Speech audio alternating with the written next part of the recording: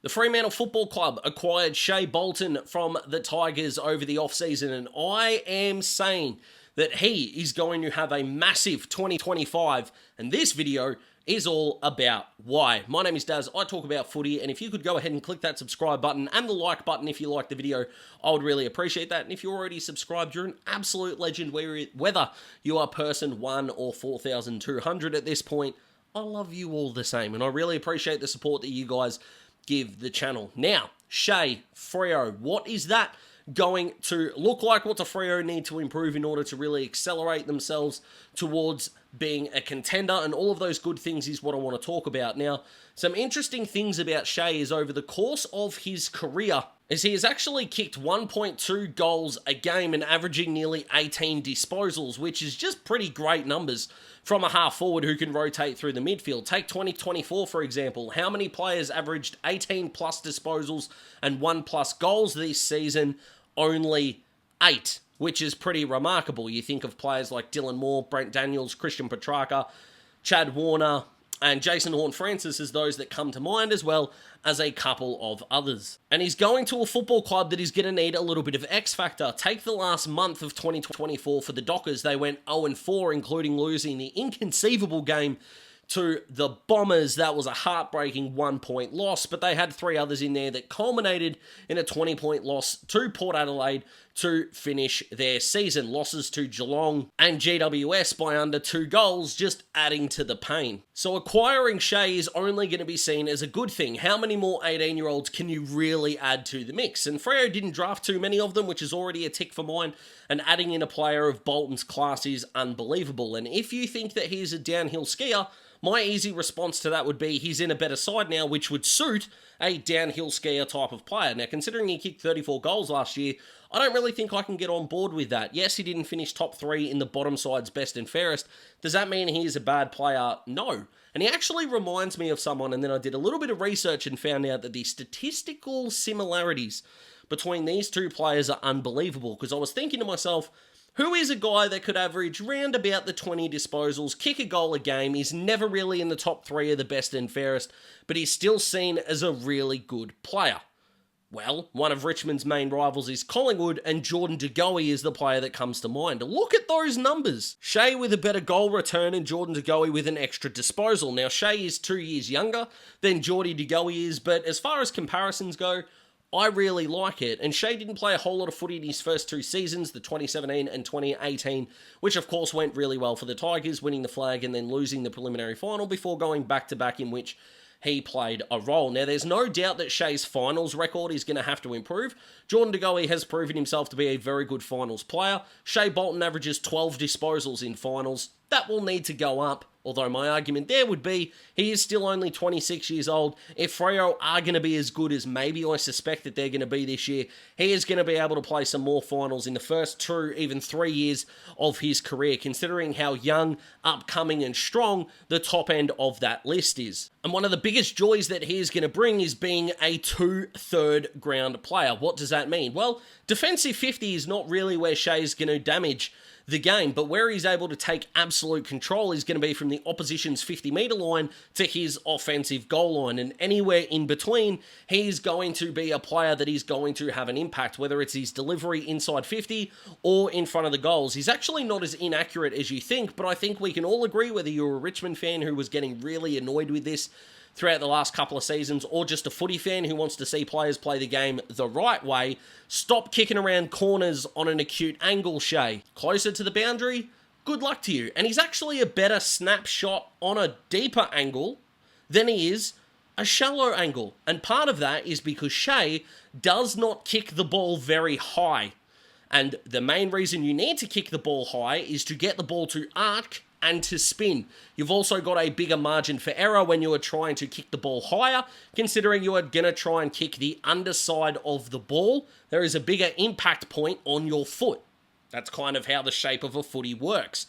Whereas when you're 20 metres out and you really need to get a big arc on the ball, kicking the ball as flat as he does means that there is not enough revolutions in the ball for it to spin, and oftentimes he either undercorrects and the ball goes right, hitting the right goalpost on some occasions, or he massively overcorrects and sprays it left. It's not as common, the latter, but the former is a real problem. But if you're 20-25 out on an acute angle, Shai, just kick a drop punt, son. You're a very good drop punt kick. That's the weird thing. It's not as if someone, say, like a Lindsay Thomas, who had the massive yips with drop punts throughout some stages of his career, so he started to go funky. Shai's a beautiful kick with a drop punt. Just, keep doing it, Shai. Not that you need a fat guy telling you how to play football, but it's just my opinion. But amongst medium forwards last year, Shai ranked in the following categories as really high. Goals, he was elite. Score involvements above average, and centre clearances elite, showing that midfield versatility. Disposals, he was above average. Clearances around the ground, he was above average. And for contested possession, he was above average. And I want to make this very clear. Shai is not the cake, he is the frosting. He is not going to be better than Caleb Serong, Andrew Brayshaw, Hayden Young, these guys. He is not going to be better or more important than Jai Amos and Josh Tracy. They are still going to need to fire. He is not a player who will be able to carry a side. He is the guy that when you need a little something is going to be able to deliver. In fact, Shai's best games last year were largely against poorer sides. Now, you could argue the fact that Richmond finished on the bottom, every team is a good side in comparison, but games against Port Adelaide, and I think Freo twice this year, he was genuinely awesome. So he's got to get some credit for that, and when Freo are up and firing and then delivering what he can deliver, they are just going to be a better team. And add in the fact that the older he's getting, the better he is getting. Richmond, post that 2020 flag, haven't been the greatest side in the world. But if we look at just the last 3 seasons, his numbers are even better than his season one. In his last 68 games, he's kicked 107 goals at 1.57 a game, with averaging nearly 19 disposals. And I don't care what you say or what you try to do to convince me otherwise. If Shai Bolton is having 19-1 next year for the Dockers, they're playing finals. You can't convince me any other way. They should have played finals this year. They didn't. They've now gotten better. And whilst I think he's kind of underrated as a lead-up forward at times, there are clips of him last year burning guys like Jackson Archer and Blake Hardwick and Andy McGrath that make him such a dangerous player. But what he's able to do when he gets up the ground and come back is find space. And I've got some examples to show you here of how he either gets out the back or in open space in order to lead to scores. This Gold Coast goal, there's a 2-on-1, but Morris goes over the top and there's no one near him, and that is just too much space. Shai is circled here and just takes off with no one near him and just walks into a nice goal from 45. Against the Swans, there's a 2-on-0 in frame early, and then Shai's out the back with a defender trailing him.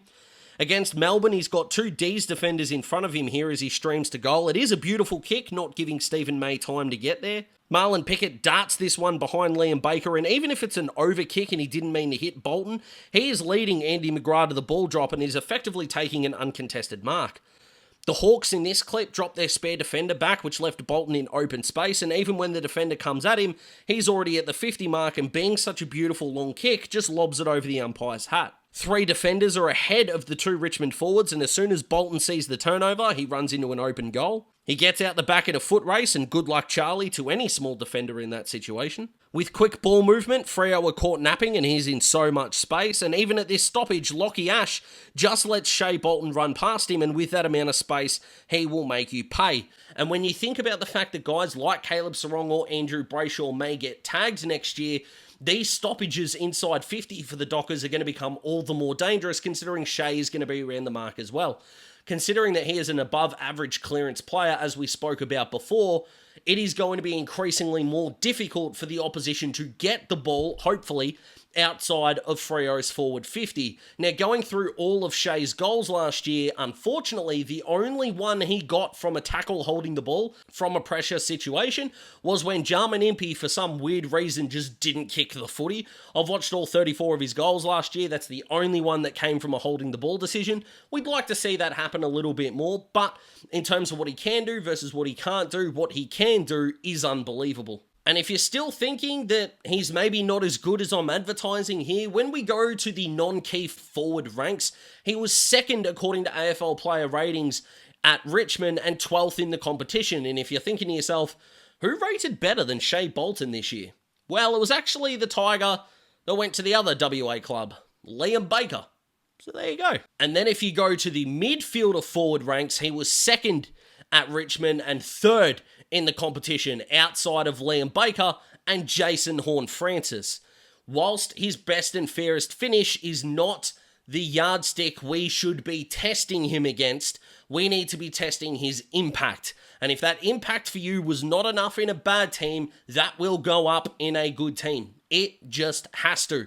And for Freo, it has to as well, because when you compare Shai's 34 goals to their small forwards, my God, do they need an injection of offensive firepower. Because not just Shai's influence, Freo as a football club have got to get better at scoring, and even from scoring in situations where you should be scoring from. Freo were 10th for inside 50s last year, 14th for forward 50 ground balls, 9th for score launches, 10th from scoring from turnover, 9th from scoring from your forward half, and 10th in scoring from stoppage. Now, that is going to have to be a whole club fix. That is not just Shai Bolton is here and we're golden. And considering Freo finished 9th on the ladder last year and all of these are mid-tier numbers, if you improve them by a couple of spots, and he is one of a few players that can do that, you're already ahead of the game.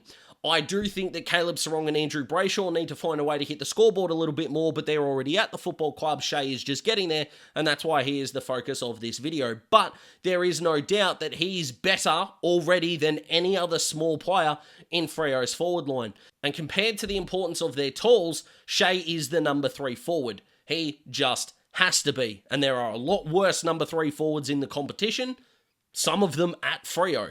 So will this help a Bailey Banfield, a Sam Sturt, a Sam Switkowski? Probably. Will Michael Walters play a lot of senior footy next year? I don't think so. I don't think that would be the worst thing for Freo either. But they've just got to get better. And the magical number for Freo this year was 70. I know I talked about this a lot last year, so I understand if you're sick of me doing this. But when Freo scored 70, they won. Check this out. Last year, when they scored anywhere between 1 and 69 points last year, they went 1 and 6, whereas they went 11 wins, a draw, and 4 losses when they scored more than 70 points. To put that into context from a winning percentage-wise for a full season, that would have bought you that 11, 1, and 4. That would have bought you 16 wins last year, well, 15.8 if you want to be really specific. Where would 16 wins have got you on the ladder last year with their altered percentage? Second. So, score more. That works. Now, as easy as it is to say score more, and hopefully he's going to be able to do that, the other area that Freo are going to need to get better at is their defense, which is crazy because their ability to shut down the opposition last year was okay, but their ball movement was a big problem. They were going nowhere out of their defensive 50, and hopefully some quicker ball movement is going to accelerate that as quickly as possible. But it wasn't all beer and Skittles down there, by the way, even if Alex Pearce was in All-Australian form going into midway point of the season. But overall, Freo were 13th for rebound 50s, 15th for metres gained, 16th in intercept possessions. Not only were they not scoring in some key games, but when the ball was going inside their defensive 50, they were doing nothing in order to get the ball out and effectively make it easier on their back 6. It's just not good enough, and it will need to change. I definitely think that their midfielders and wingers will need to improve on this. They probably could use Blake Acres right about now, just quietly. But if they are able, again, to just improve these by a couple of spots, they're a lock for finals. So all in all, I think Caleb Serong is a Brownlow threat next year, and Shai Bolton is definitely in All-Australian contention, and I think that's where he's going to get to if he plays 20-plus games. I know the All-Australian selectors don't like choosing 2 pure half-forwards. Hello, Brent Daniels is a snub if you are listening. But Dylan Moore did get into the All-Australian conversation last year, and I think Shai can have a similar kind of season. If he is able to put 40 on the board like he did in 2022, Freo are skyrocketing, and opposition are going to struggle as well, because again, you are not going to do a defensive tag on a guy that can burn you 60 metres up the ground. And I actually think he's a better field kick than his statistics showed last year, with previous seasons being a way better kick. In a better team, I think he can go to another level. That's what I think about Shai Bolton at Freo. What do you guys think? Comment below. Let me know. Do you like the footage being added in? Because I really think it's interesting and adds a new dynamic to future videos. I've got plenty of ideas to come. I can't wait to go on break, but I also can't wait to finish, the videos for the year. So I'm pumped for everything that's happening. Hopefully you are as well. Click the like button if you like the video. Subscribe to join the Daz Talks Footy family. There will be a new Daz Talks horror video coming out on Friday. It looks like Friday is going to be the day moving forward. I missed Friday last week, so bad dazzling, but the new one is coming out on Friday, so go check that out. Nearly at 100 subscribers already and only done 3 videos, which is pretty crazy. So I appreciate your support on whichever channel that you watch, or if both, you're an absolute superstar. I hope you are enjoying your week. I'm definitely enjoying mine, and I will see you after the weekend.